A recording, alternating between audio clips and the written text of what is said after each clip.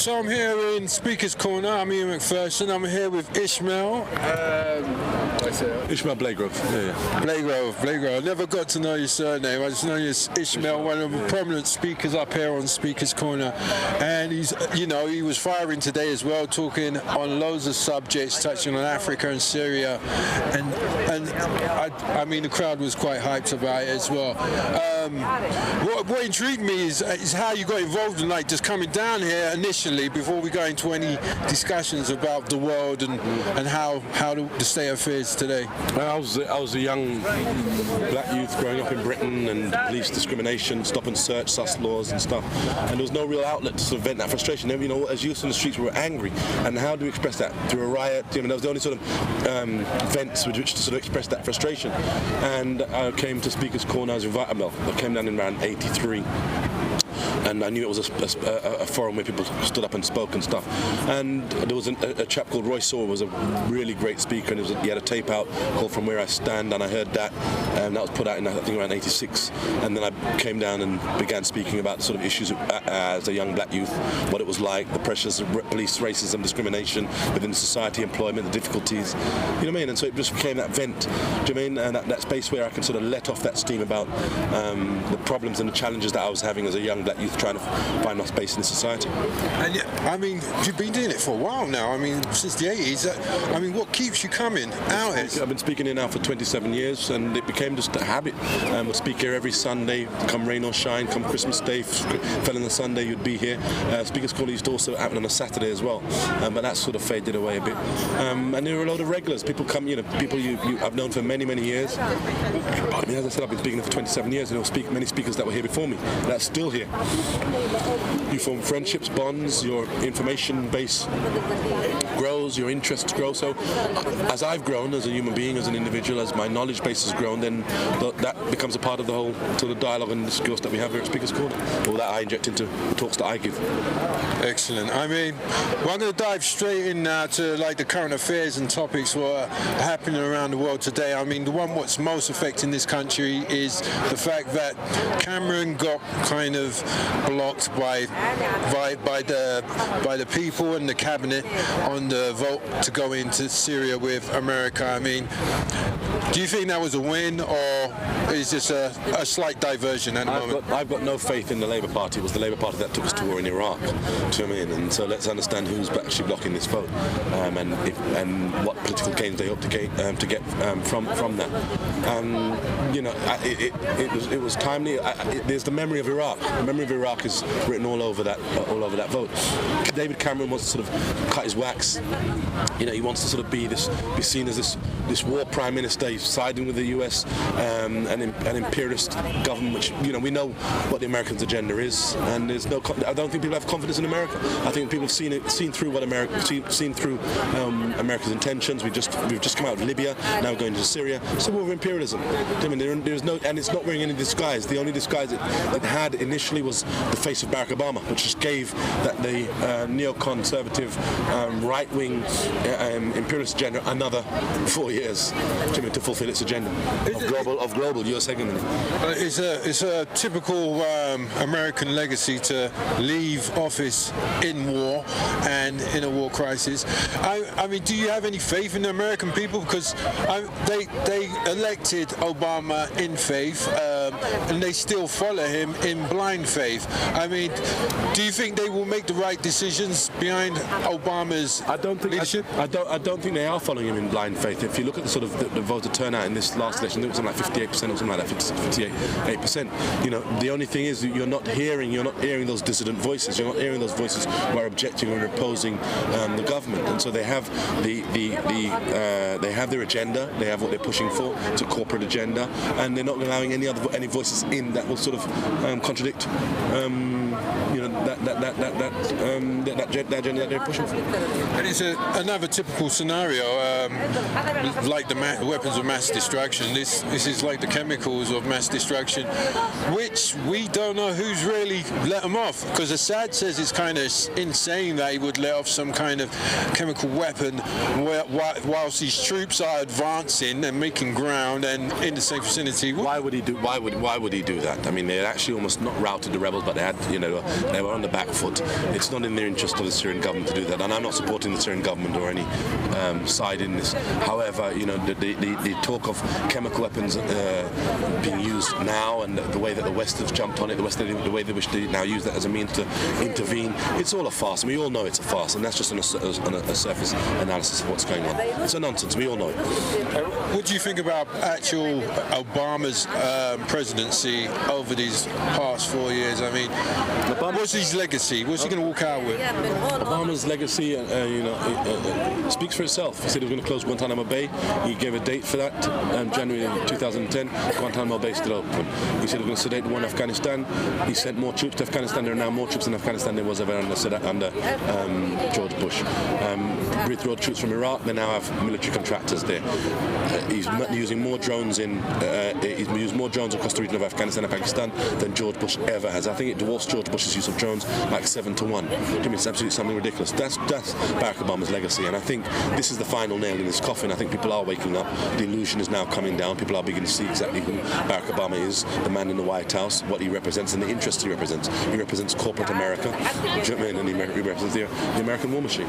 Do you feel that the black America's still holding on to this black leadership, of his black ideology of, he's black and he's our leader and stuff like that? Do you think they're still holding on to that? I think many of them do, but that's only due to the ignorance that they have no real concept, no real broader understanding of sort of global policy, global foreign policy and global events. And so, the level of discourse in the US is very limited. Do you mean the spaces, the channels for debate, for alternative opinions is very limited, and so therefore, through that ignorance, yes, of course, I'm sure there are a large swathe of people who hold on to that, the fact that Barack Obama is elected president, and that's progress. But there have been, the intellectuals have been launching, several sort of broadside attacks against Barack Obama, which has clipped his wings a little. Cornel West has made several attacks against him, and the second term of office inauguration using the Bible of Martin Luther King. Cornel West rounded on him there. Cornel West rounded on him in terms of his use of drones in Pakistan, in Somalia, Yemen, and Afghanistan. And so I think people like Cornel West and others are beginning to sort of, take a little bit of that veneer of respectable characters like Cornel West. The other thing is with us getting not going to Syria with America, and we've kind of lost our global footing now, and we've lost our global footing. Global footing, man. We've lost our global footing. That's the media narrative. You know what I'm saying? Exactly. You've been reading. Well, you read that. I'm totally want you to come at me like that. No, exactly. Where'd you read that? That's exactly what I've just read in the papers. Exactly. And this is the problem. We start repeating what they write in the papers, and we believe that that's the space we're at. I saw articles. There's special relationships over. It's done. It's absolute bullshit. This is what you were saying. They know exactly. This is what you were saying up there. This is what I wanted to try and get out of you as well. I mean, basically, but they're saying that because we never went in, now we don't have a position and all this bullshit with America. But we never had a position. We've always been a poodle, whether it was Bush, Blair, whatever, Thatcher. The Americans haven't gone in. What did Cameron do? Cameron took it to the Commons. The Commons voted against it. What's Obama done? Obama's taken it to Congress. See what I'm saying? To get that broad approval before they kind of go in. So, do you know what I mean? I'm sure the it's not that kind of guys and insult people's intelligence when they talk about shit about special relations over. Obama's an intelligent person. The American administrations, they've got very intelligent characters. They know exactly what's going on. They know that it's not Cameron's fault for blocking that vote. And Obama's just done exactly the same thing by going to Congress, where he didn't have to. And Cameron didn't have to go to the Commons either. Well, what I found out somewhere, I can't remember, I picked up this information, is that the Americans, the American dollar is actually losing its power in the world in terms of being the world currency, and a lot more things have stopped being trading within the US dollar format. Even China's soon to pull out of that kind of format where it's the base currency for global trading. What do you think about that? The American dollar is an illusion. I mean, there are more dollars in circulation than, you know what I mean? And if all those dollars were to return back to the American government, they'll be floating in them. They'll be floating on dollars. The American dollar is valueless. You know what I mean? However, there's the illusion of what it is, and that's what the Americans fight to maintain. Do you know what I mean? The strength of that dollar to keep their economy buoyant. But in real terms, America's the most debt nation on earth. Thanks. And another area I would love to touch on, which really kind of bothered me quite a lot, was the case of Travon mine. We had the likes of like Bill Crosby coming out with some ridiculous things, saying that it's not race motivated or profiling, and some other ridiculous quotes he was saying. But I mean, what's your views on that whole situation? I don't believe that George Zimmerman went out to shoot him because he was a black youth. I don't believe it was racially motivated in that context, but I do believe that racism or racial profiling had something to do with it, in terms of seeing from the first call to the dispatch, him saying he describes him as a black youth, and it's how young African Americans are profiled throughout American society, as drug dealers, as villains, as criminals, and everything else. You watch the sort of programs that they used to have on TV, Cops, or these crime scene investigation, all the rest of these stuff, and you see a lot of sort of these black characters portrayed in a stereotypical way. So so African Americans are portrayed as dysfunctional, criminal-minded, drug dealers, or and so I'm sure that informed George Zimmerman in some way. I mean, it was the most uncomfortable. However, I don't believe that he primarily went out. He was a guy that wanted to be a policeman. Do you know what I'm saying? Saw himself as protecting his community and his neighbourhood. Was armed. I do believe I certainly don't believe he should have been found guilty of murder, but I do believe he should have been found guilty of manslaughter. Without a doubt. I mean, I saw Obama actually giving a talk on how the young black American have been kind of, ostracized and left out to kind of dry, and they need to bring them back into society and kind of nurture them and stuff like that. It was the most uncomfortable speech I've ever seen him do. He felt... I had never seen him feel so uncomfortable. I couldn't even look in the camera. I mean, and this is on like his own kind of culture. Do you think he has a problem actually dealing with any black issues? No, I don't think he has. I just think he's now in his second term. He's now pushing the corporate agenda. He has different interests, different power bases to feed. Do you know what I mean? The black voters or the black minorities, the least of his worries. Do you know what I mean? Has he really addressed African Americans' problems? Do you know what I'm saying? In fact, the statistics show that African Americans are actually worse off now under Barack Obama, which, of course, not certainly just blaming his presidency, but the global economic downturn. But what has he done to address those issues? You know what I mean? I think there's... I don't think he has a responsibility to sort of address solely the needs of African Americans. He's a president. He has to address all the people's needs, and as president, I think he's failed to a large extent. So, in terms of like the actual economy out there in America, do you believe they will be able to recover from this downturn, which they've been going continuously down and trying to pretend that they're going up for some reason? All economies ebb and flow. All economies ebb and flow. Do you know what I mean? I'm sure. That's crazy. So, I mean, this country itself, we got like loads of problems with people complaining about maybe it's too much immigration. We got the pop-up with the EDL. We even got some Sikh people in the EDL. I mean, to me, they're kind of borderline National Front regurgitated. What's your view on this immigration and EDL front?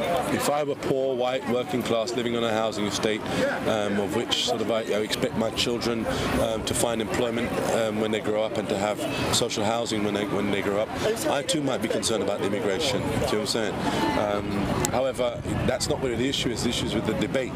There's no real avenues for poor, working class, white people to channel that sort of frustration and to sort of air and vent those frustrations, and that's why you find them moving towards parties like the BNP. So not every person who votes for BNP is necessarily racist, but that that answers there. I think the society's always, or British society, is terrified to have debate, open debate, honest debate. We've never even debated the issue of racism.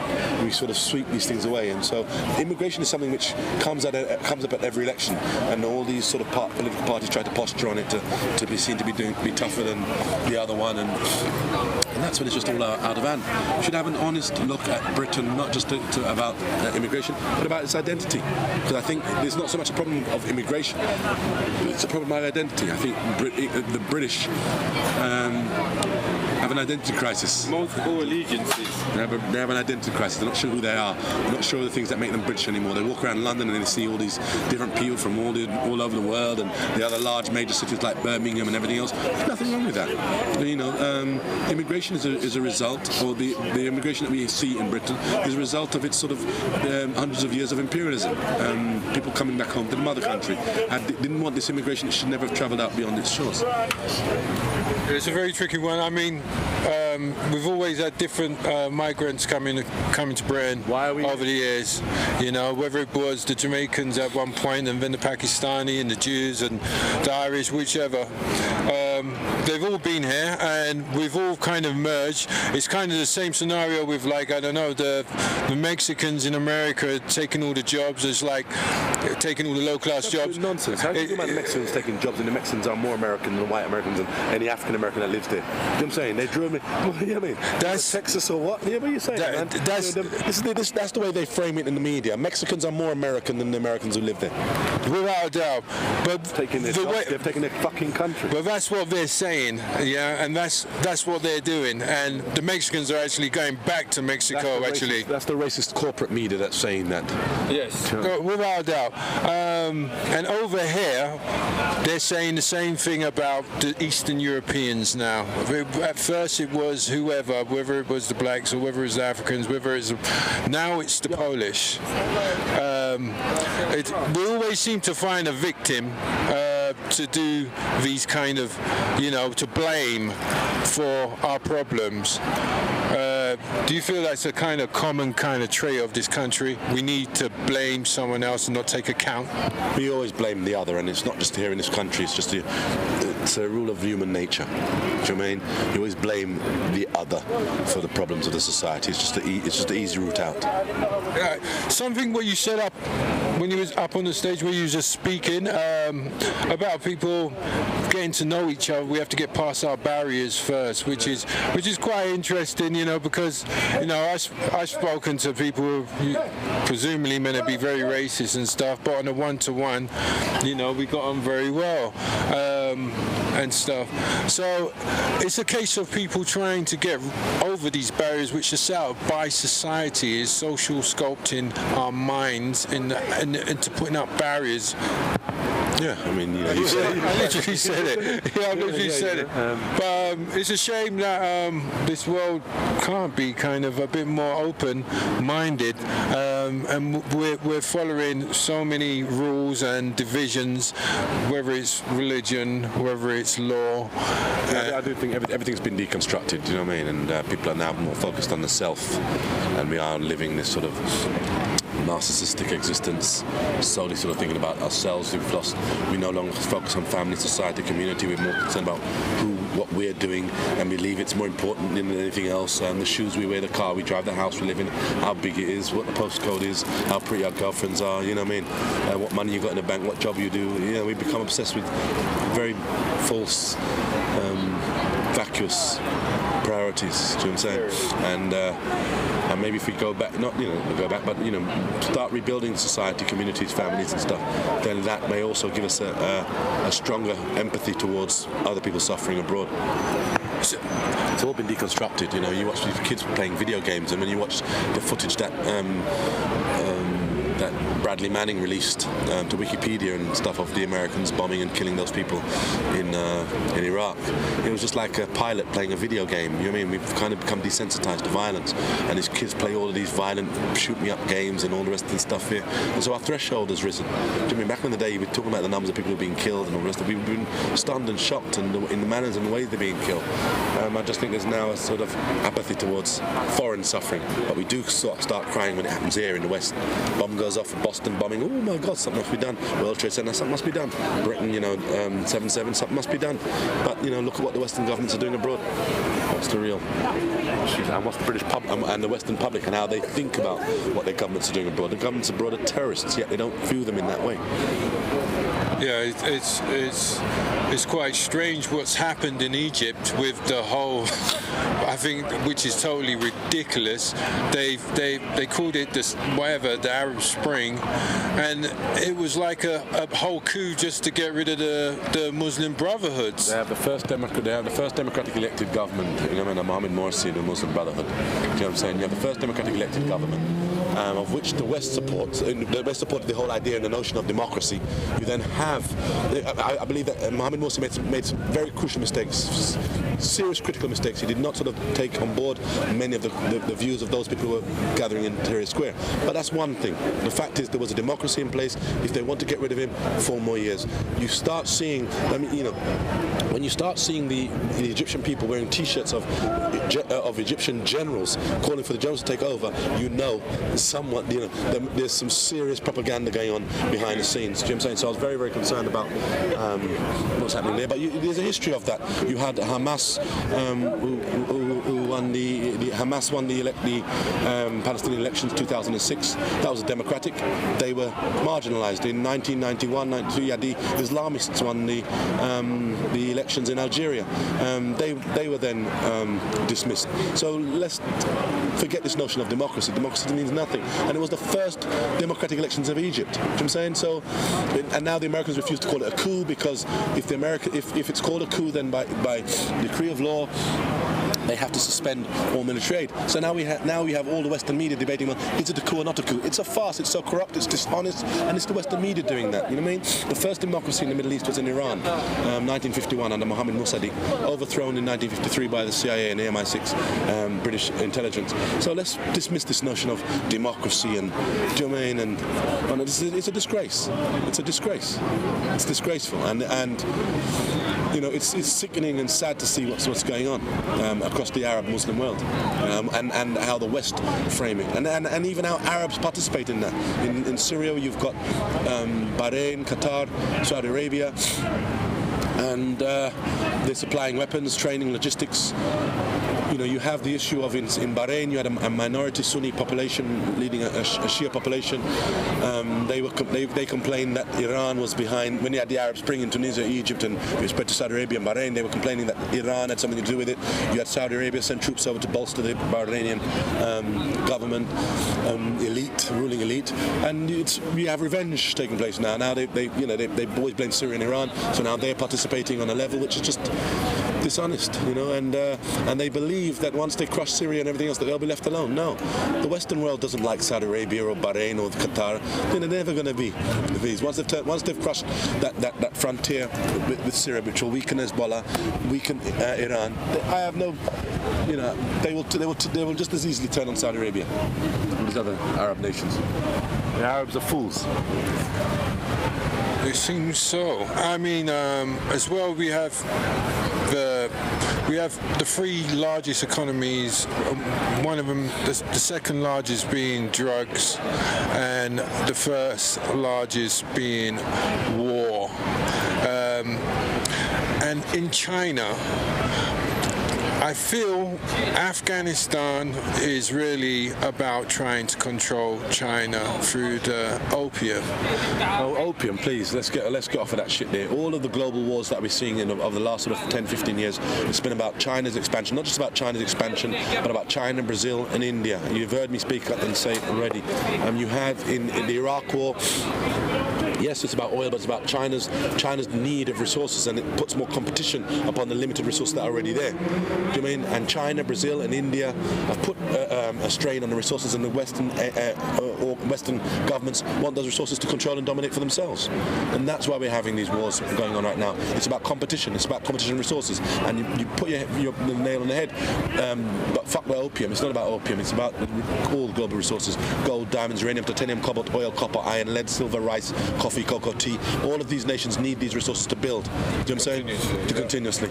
And so now that China is industrializing and entered the marketplace, it's put more strain on those global resources. And so you have the West trying to dominate those markets. And that's why they formed this coalition that they call the international community. There's nothing international about it. It's about America, Britain, France, China, America, Britain, France, Italy, Spain, New Zealand, Australia, all the white Western nations grouping together, calling themselves the international community, working as a coalition force to go in and conquer countries, take the resources, and then split up amongst themselves. The sad thing is that Africans, Asians, and others have not sort of, they recognize what it is, but work together to kind of destroy that Western coalition. And how do you feel religion plays a role in all these strategies? Religion has nothing to do with it. Religion is a spiritual journey between the individual and their God or their faith.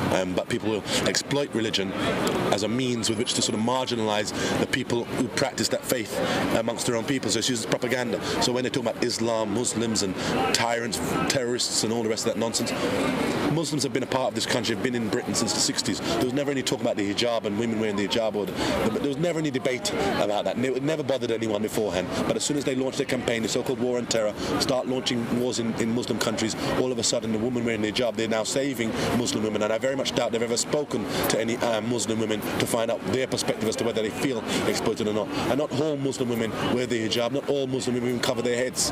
There's such a broad cross-section and array.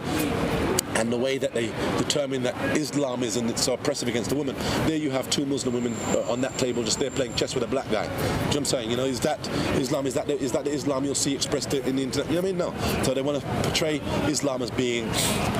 And of course there are these restrictions against women, but there are restrictions against women in all faiths. But that's a separate debate. There's nothing to do with the war and the conflict. Let's talk about that. You know what I'm saying? Yeah, I totally agree. I mean, I personally think that since 9/11, I mean, literally the day after 9/11, I saw my friend, he's Muslim, and I said to him, well, today you've become the enemy, the number one enemy. Us black people are free. We're free. Right. Very true. Very true. But the other biggest... We're no longer under the microscope. Well, the other biggest swing was that turning point was that man who had hardly anybody following him, the drunken guy called Bush, who was, the war-dodging drunken guy. That's what he was known for the day prior. By the following day, he had the whole world behind him, and Muslims became the worst people on the planet Earth. I mean, look at how the Western media frames Muslims now. Now they're talking about how every day you read stories about Muslim gangs grooming underage white girls for sex and all of this nonsense. And then when you have an attack in this country, they don't use rational, intelligent Muslims to sort of explain what's going on and the situation. They find some radical like Anjem Chowdhury from Al Mujaroon, who says that they want to turn Buckingham Palace into a mosque. And to scaremonger the public. So these are the people who will give, they'll have them on BBC and all these other radio stations instead of the moderate voice of Islam. Do you know what I'm saying? It's all by design. Do you know what I mean? It's all by design. And the sad reality is that the majority of British citizens who have no real engagement with Islam, with no real engagement with Muslims, don't really know much about it. They buy that propaganda. Do you know what I'm saying? Without, and they'll be quoting Anjem Chowdhury. Look at what these Muslims want to do. They want to take over our country. They want to build a mosque in Buckingham Palace. How real is that? Do you know what I'm saying? So it's they market the absurd. And the sad reality is people buy it. Just like this whole talk of Syria right now and a chemical weapons attack, and which Syrian ministers do you see them give the opportunity to debunk those notions and those ideas? They're not giving any opposition voices the opportunity, or any sort of government voices, the opportunity to rebuff these claims. So not only get people to reassert and reaffirm the lie and the propaganda that they wish to espouse. There's no evidence. The United Nations have gone in, they've said yes, the chemicals are used, but they cannot determine who used them. Yet the Americans are still on the verge of saying they're going to attack a country. And the Americans are saying, we're going to do this, we're going to do that, we're going to bomb. That is a threat. Could you imagine a nation publicly, going on TV and saying, we're going to bomb America, but we're going to do it in our own choosing and our own time? That's terrorism. The people of Syria must be petrified. America's the most powerful superpower on earth. earth. How do they feel the ordinary Syrians are feeling, that knowing that the most powerful nation may at any time within the next few weeks launch an attack against them? That is the definition of terrorism, to terrorize the civilian population. No one could do that to the US, and I'm saying that the United Nations, Ban Ki-moon and all of these other clowns and characters, these career diplomats, where is Ban Ki-moon? Why has he not stepped up? Why have we not heard anything from Ban Ki-moon as the Secretary General, who stands up and says, well, if America launches a preemptive unilateral attack against Syria, that is illegal? Where is that leadership from the United Nations? They did the same with Iraq on the damn chicken bone witch Dr. Kofi Annan. Kofi Annan sat there as the Secretary General, and he waited for over a year before he came out and made a public statement that called the Iraq war illegal. They're all bought. They're all career diplomats. The whole of these institutions, political and economical, are paid for and bought by Western powers, the powerful nations, whether it be the United Nations, the World Bank, the IMF, the economic, and they're all based in the US. All of the world's economic and political centers of power are based right there where they manipulate and control it. The ICC in The Hague, who funds it? Who backs it? Whose judges are there? They've never once tried a non-African at the ICC. Every trial at the ICC they've been all African. So that's the nature of where we're at. I observed one thing on the news the other day when they were discussing Syria. They were actually in Syria, and they were talking about the Americans going in, and they were complaining about Assad is actually, doing attacks and the bombs and stuff. I looked in the background, it looked calm. When they were on the streets, the people were quite happy, and they were actually supporting Assad. Life was normal, and is normal. I think even that's a false picture to say that they were supporting Assad. It depends on where you are within this other region. But news. I work for BBC. I was a journalist. I work for BBC. Work for Channel 4 in current affairs. I work for the leading current affairs program. I'm a documentary maker. I'm a journalist. I travel the world making stories, doing about this shit. It's all bullshit. It's general propaganda. I took the BBC to a tribunal about the documentary Blood Diamonds, primarily because they wanted to distort the story that I was telling. So the journalists that you have in the field nowadays, these are journalists who are paid. They're there doing a job. They have an editor back at the office telling them what they want to see, what they want to report on. So the narrative is controlled. 100%. So when this war, what you have, journalists are now salesmen and women. They are selling you a story, and it's very, very difficult and very rare to find, genuine sort of journalists who are really just there to sort of tell the story in a balanced way. During the first Gulf War, it was only CNN that was allowed in the arena of war. Al Jazeera came up, and it sort of opened up a space because Muslims didn't feel they were represented, and Al Jazeera came aboard. And I know Al Jazeera, they've asked me to make certain films for them and all the rest of this stuff here. Al Jazeera came in hard, it even pushed the bar a little by showing images that the Western media wouldn't show, dead bodies and all the rest of it. Arabs, Muslims loved the channel, and those who were seeking an alternative narrative to the voice. But now look at where Al Jazeera is now. It's Qatari owned. They've now become a part of the whole system. Do you know what I mean? They've now become part of the whole propaganda machine. They've now become, they're on side. And so you cannot expect balanced, objective news. You look at the war in Libya, for example. It was Al Jazeera that first reported about on the first day of reporting, they said that I think 22 people were killed in the uprising in Libya. 12 of them were police officers. Now, if they're pointing out the first day of the uprising was 12 police officers were killed, that tells us that it wasn't peaceful. Yet Al Jazeera was reporting it as a peaceful uprising. If you look at the UN resolution that when they got the no-fly zone to go in, they actually quote it was off of the back of Al Jazeera's report that Gaddafi had been bombing his own people in Al Suqajuma, in Tajura, and Al Suqajuma, Feshnun, Al Suqajuma, and I can't remember. There's three places that were all mentioned in the UN resolution that he was bombing these regions.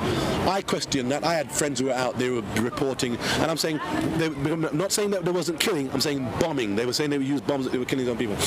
I was in Libya. I went out there during the war, went out to investigate. I was in Feshnun, Al Suqajuma, and these places, Mizda, throughout the conflict. I saw the evidence of NATO bombings, visited the hospitals, saw the dead, saw the wounded. It was a disgrace. You know what I'm saying? It was a disgrace the way that war was reported. And the sad reality is I fell out with friends who are BBC journalists because they're saying they want me to just follow the narrative. All I've said is, where are the images? Show me the images. They were saying that Gaddafi had bombed and that they'd killed. I think the opposition leader said 10,000 people have been killed up on that point. I asked, where are the pictures, where are the funerals? Because now we have modern You have the technology. When you go to any conflict, people film this stuff, and it's on YouTube and stuff.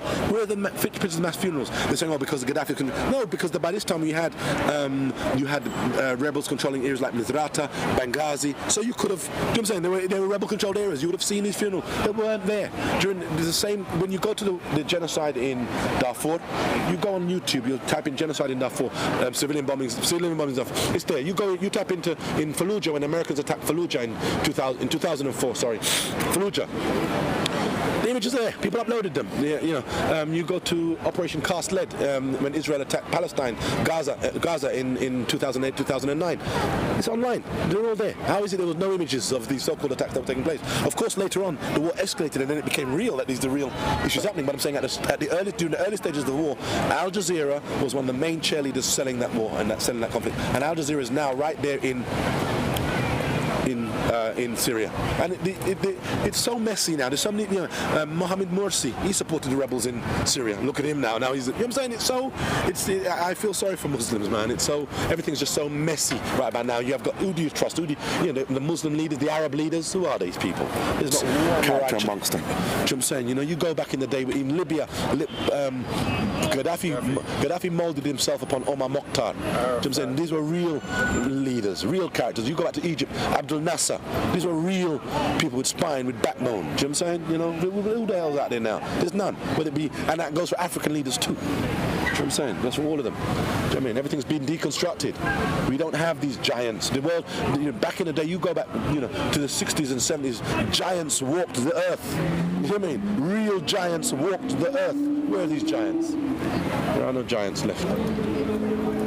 So, it's a lot to take in right there. I mean, and I see your point. You've been there. You felt it. You understand the whole perspective of how journalism works in this day and age. Journalism is bullshit. We have salesmen and women. We have salesmen and women, not journalists. And they're all pushing their own agendas. A corporate media agenda.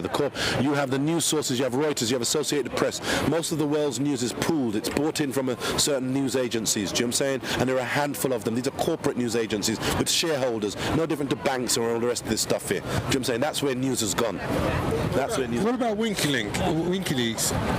What about WikiLeaks? I mean, are they part of that circus, or are they actually a separate entity trying to? I think they've certainly become a part of that. Julian Assange, I'm a bit more suspicious of him. Do you know what I'm saying? However, it served a purpose. Bradley Manning, to me, is a hero. You look at how they've now started to deconstruct his personality, talking about how he wants to become a woman. He just got sentenced to 35. Look at how the media works. They've had this information in from a long time. They knew he was gay. They knew he was a cross-dresser. None of that kind of information was really debated. It wasn't even important and significant. He's now sentenced to 35 years, at which stage the debate for the media should be what he did, whether it warranted that sentence, and what the Americans were responsible for, what he exposed. That's what the debate should have been. Instead, what the debate became was, he now wants to become a woman. It's so constructed, so it just took it somewhere else. And so what you have is, they destroyed his personality and character all in one go. So the public are not going to debate what America did. They're going to say, I'm not going to be supporting this cross-dressing poofter. Do you know what I'm saying? They're experts at it, man. They're brilliant. Yeah, the debate about him wanting to become a woman is not even an entity of what he did, and it's not there. But that's not what the debate became. And now he's already consigned to the annals of history. No debate around what America did. Do you know what I'm saying? No debate about the legalities. He released information showing that the American government willfully murdered Iraqi civilians. Where's the United Nations in this? Where's the ICC? The ICC jumps up and down about Libya and Gaddafi and saying we want to put him on trial and we want to do this and that, want to indict him. Where the hell is the ICC when America commits crimes? Where was the ICC when Israel murdered Palestinians? Where's the ICC when Israel blocks Palestinians from fishing in their own waters? Where is the ICC when the Israelis steal Palestinian waters, take 80% for themselves and give? Where's the ICC when you have the largest congestion of human beings living in a congested space? The most condensed land area in the world is Gaza. More people living in Gaza than anywhere else in the world per capita. Where's the ICC? Where's bringing about an independent Palestinian state? Where's bringing about freedom of movement? They've built a wall that's twice as high, 3 times as long as the Berlin Wall. No one debates or even, man, we're living in the twilight zone. We're living in the twilight zone. Well, that was a critically that you should be in Parliament. Why should I be in Parliament with all these thieves and corrupt motherfuckers? It's crazy. Try and correct it, man. Send me to jail, please. Send me to jail. You need someone to correct this shit, man. Because look, I mean, they flipped this within 1 second. They flipped this whole perspective of the world within one transition. Whether it was 9/11, how could we do this transition with one flip back? How do we do that? As I said, people have to take personal responsibility. Don't try and save the world. Don't try and join organisations. Save yourself first. Don't try and save a million. Save yourself. Wake yourself up. Become more alert. Become more aware of what's going on in the world. Educate yourself. It's all there. The information's there. The technology's there. The internet's there. Google. You have a Google search engine. You have a PhD. Do you know what I'm saying? Research, cross-reference, understand what's going on in the world. Save yourself, and then you link up with others. But we can't be talking about pointing the finger at others and you must do this and you must that first. Save yourself, understand what's going on in the world, and then we can meet up as a mass. And then we can decide what we're going to do about this. And I don't rule out using Semtex. And then, on that note, I think we'll leave it right there. Thank you, Ishmael, for talking to me. Struggle. Nice one, bro. It was a brilliant one. Nice one. Take it easy.